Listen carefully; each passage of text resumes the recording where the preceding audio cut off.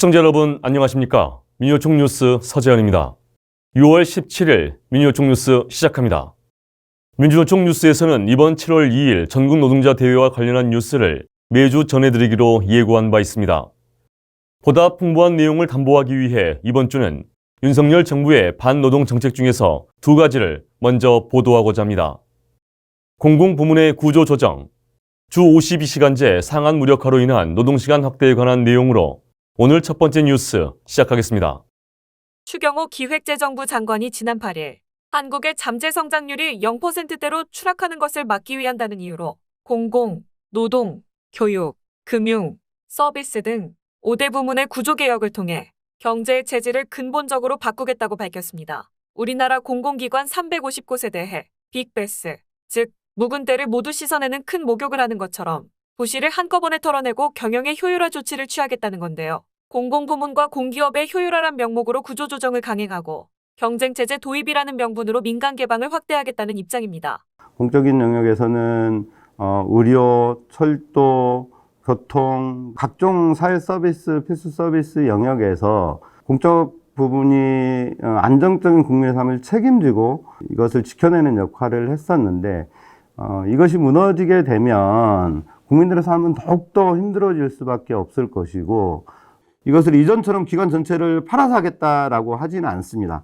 다만 여러 가지 형태의 공적 영역을 축소하고 민간 영역을 확대시키는 방향으로 간다라고 하는 것이고 구조조정 얘기하고 인력 감축이 수반될 수밖에 없고요. 정부는 민간 개방을 통해 경쟁을 하면 가격이 인하되고 서비스의 질은 좋아질 것이라고 이야기합니다. 하지만 그것은 우리의 과거를 되돌이켜보면 허울뿐이라는 것을 알 수 있습니다. 과거 SRT와 KTX 분리 운영이 그 사례인데요. 당시 경쟁체제 도입으로 효율을 강조하겠다며 분리 운영은 시작되었습니다. 하지만 이것이 국민들에겐 서비스의 질도, 가격도 그 어떤 것에서도 도움이 되지 못했습니다. 지금 SRT와 KTX를 경쟁체제라고 얘기를 하는데 SRT의 차량을 철도공사가 빌려주고요. 그 차량의 보수도 철도공사가 해줍니다. SRT를 타는 승객들의 홈 안내를 코레일의 직원들이 지금 해주고 있는 상황이고요. 경쟁회사한테 이런 식으로 모든 서비스들을 제공하고 차량 검수까지 맡기는 건 경쟁일 수가 없습니다. 애초에 철도는 경쟁 자체가 불가능한 산업입니다. 무리하게 경쟁체제를 만들어 놓고 이걸 효과가 있다고 말하지만 실상 내용은 기생체제에 불과합니다. 공기업에 경쟁체제를 도입한다거나 공기업을 민영화시킨다거나 또는 공기업의 주식을 민간에 매각한다거나 이런 식의 은밀한 민영화 역시 저희는 민영화라고 규정짓고 있습니다. 또한 윤석열 정부는 주 52시간제를 무력화하고 선택적 근로시간제 정상기간을 확대하려 하고 있습니다. 선택적 근로시간제는 말 그대로 근로시간을 노동자가 선택하는 제도로 주 52시간제 상한 내에서 근무시간을 조정할 수 있습니다.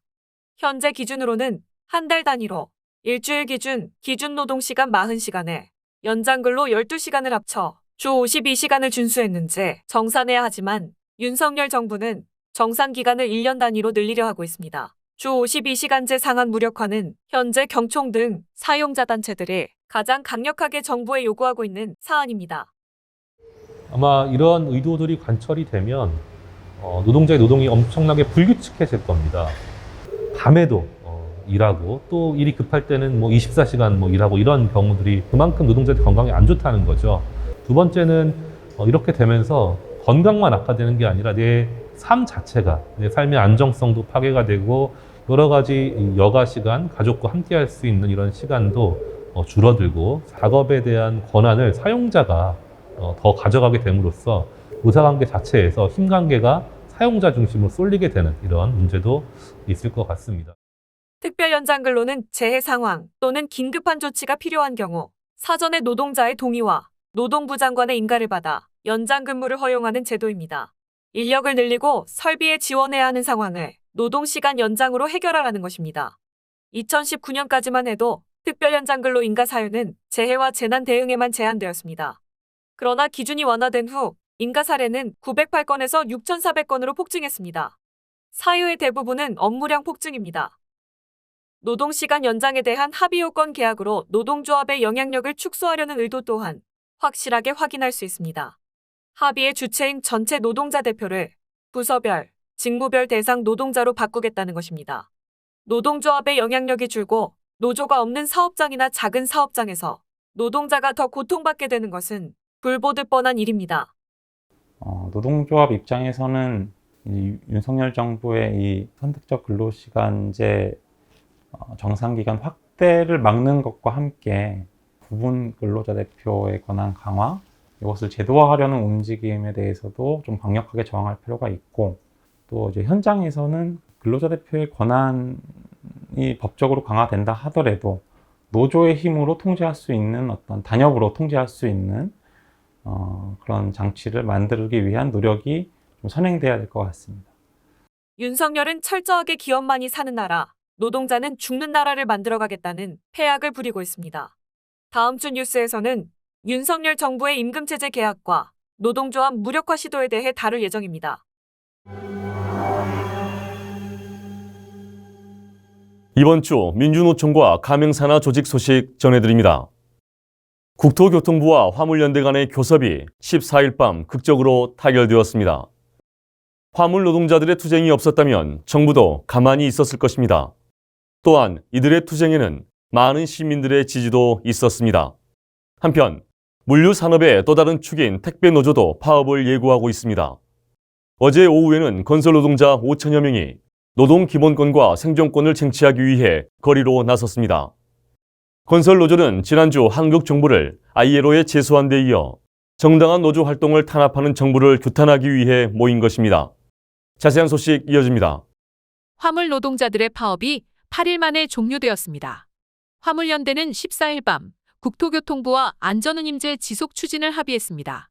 안전운임 적용 품목 확대도 논의하기로 했습니다.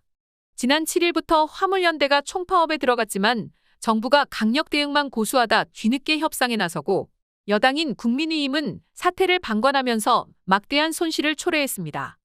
윤석열 대통령 또한 지난 10일 노사관계에 정부가 개입하는 것은 바람직하지 않다는 헛소리를 하면서 매듭을 풀기는커녕 더 꼬아버렸다는 비판이 일고 있습니다. 노동자들의 투쟁에 정부 여당이 대하는 태도가 바뀌지 않는 한 이런 악순환은 반복될 것으로 보입니다. 화물연대의 파업에는 많은 시민들의 지지도 있었습니다. 전국 각지에서 화물연대 파업 지지 기자회견을 열었고 14일 저녁에는 용산전쟁기념관 앞에서 민주노총과 화물연대 그리고 시민사회가 함께 주최하는 안전운임제 확대 촉구 촛불문화제가 열렸습니다. 화물연대 본부의 파업 기간 동안 민주노총 산하 조직들의 지지 성명 발표와 조합원 동지들의 지지와 응원이 세도했습니다. 도로의 안전과 국민의 안전을 지키는 투쟁은 아직 끝나지 않았습니다. 총파업은 유보시켰고 국회에서 일몰제 폐지 법안이 통과되고 전차정, 전품목이 모든 화물 노동자로 확대될 때까지 투쟁은 지속될 것입니다. 화물연대는 총파업 투쟁을 종료하고 현장에 복귀합니다.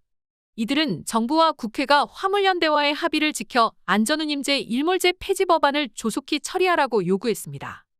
한편 택배노조도 내일 하루 경고파업에 돌입합니다. 택배노조 우체국본부는 13일 결의대회를 열어 우정사업본부가 택배노동자들에게 내놓은 계약서는 물량 축소와 쉬운 해고 등이 명시된 독소 조항이 가득하다고 밝혔습니다. 이들은 노예 계약을 거부한다며 18일 경고파업을 진행하고 20일에는 지역별 거점 농성을 벌일 계획입니다. 건설 노동자들의 투쟁이 연일 거세지고 있습니다. 노동조합임에도 불구하고 노동 3권을 인정하지 않고 현장 활동을 불법으로 매도하는 정부를 규탄하며 건설노조가 결의대회를 열었습니다.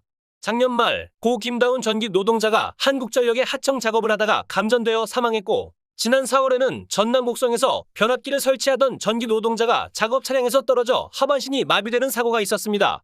또한 얼마 전 부산 경남의 레미콘 노동자들은 총파업을 통해 극적으로 운송비 인상을 쟁취했고 광주 전남의 전기 노동자들은 불법 파도 급근절과 유구 파기 휴가를 요구하며 총파업에 돌입했습니다.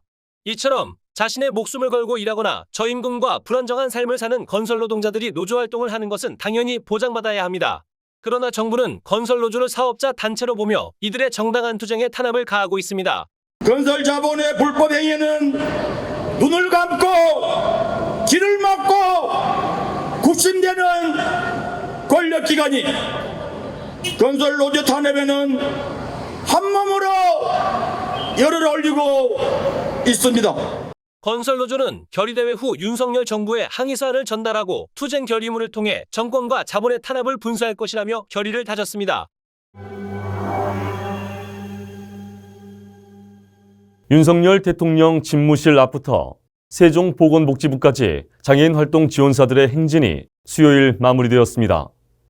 장애인 활동 지원사들은 필수 노동자임에도 불구하고 일정하지 않은 급여로 불안정한 삶을 살고 있습니다. 7월 2일 투쟁을 앞두고 학교 비정규직 노동자들도 투쟁을 선포했습니다. 공공운수노조 교육공무직본부는 비정규직 차별 철폐와 교육공무직 법제화를 요구했습니다. 학교 비정규직 노조도 같은 시간 급식 노동자들의 안전을 위한 투쟁에 나섰습니다. 장애인 활동을 지원하는 노동자들이 9일간 도보 행진을 진행했습니다. 이들은 월급제 보장, 장애인 활동 지원 수가결정위원회 구성, 최저임금 대폭 인상을 요구했습니다. 장애인 활동 지원사는 민간 위탁기관에 소속되어 장애인들의 인간다운 삶을 위해 일상생활 지원 활동을 합니다. 저는 2012년부터 이 일을 시작을 했는데요.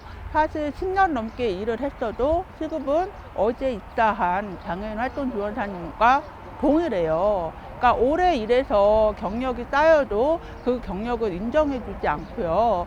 이 돌봄 노동만으로는 생계 유지가 매우 어렵기 때문이라고. 장애인 활동 지원사는 월급제를 요구하고 있습니다.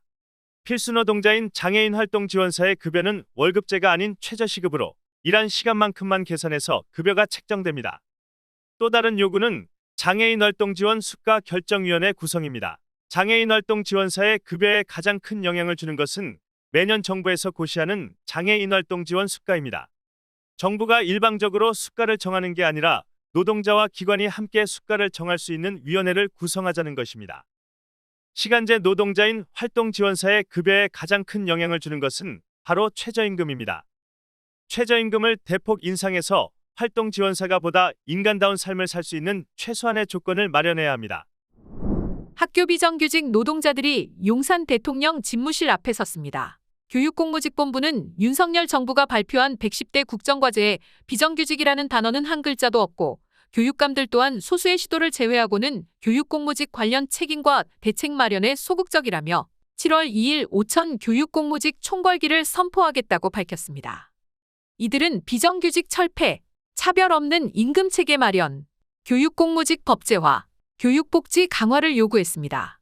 지금까지 수십 년간 일한 노동자들의 대우가 여전히 비정규직 차별이라는 점에서 우리는 반드시 이 사회의 차별을 없애고자 이렇게 나와서 투쟁하고 있습니다. 지금 서울에서 제주까지 17개 지역에 있는 우리 학교 교육공무직 노동자들이 7월 2일 총투쟁 걸기대회를 합니다. 투쟁의 선포는 2022년 하반기 투쟁의 선포입니다. 이들은 7월 2일 총궐기를 시작으로 하반기 비정규직 투쟁을 시작하겠다고 밝혔습니다. 한편 서비스연맹 전국학교 비정규직 노조도 지난 8일 7월 2일 1만 총궐기를 선포하고 15일 대통령 집무실 앞에 모여 기자회견을 개최했습니다. 이들은 윤석열 대통령에게 점심 함께하며 편안한 대화를 나누자며 학교 내 안전보건관리 체계를 확립하고 안전하고 건강한 학교급식 운영을 촉구했습니다. 학비노조는 급식판에 밥과 국, 반찬을 담아 퍼포먼스를 진행하고 오는 7월 2일 급식 노동자들의 안전을 위해 투쟁할 것이라는 의지를 불태웠습니다. 6월 15일 화물연대의 투쟁이 마무리되었습니다. 국토부와의 합의 이전에 화물연대 투쟁 과정에서 보여준 정부와 여당의 모습은 무능과 외면, 책임 전가와 강경 대응뿐이었습니다. 윤석열 정부의 반노동 정책의 한 단면입니다. 국민들의 우려가 더 커지고 있습니다. 민주노총의 7월 2일 전국 노동자 대회가 더욱 중요해진 이유입니다. 6월 17일 민주노총 뉴스 마치겠습니다. 시청해주신 여러분 고맙습니다.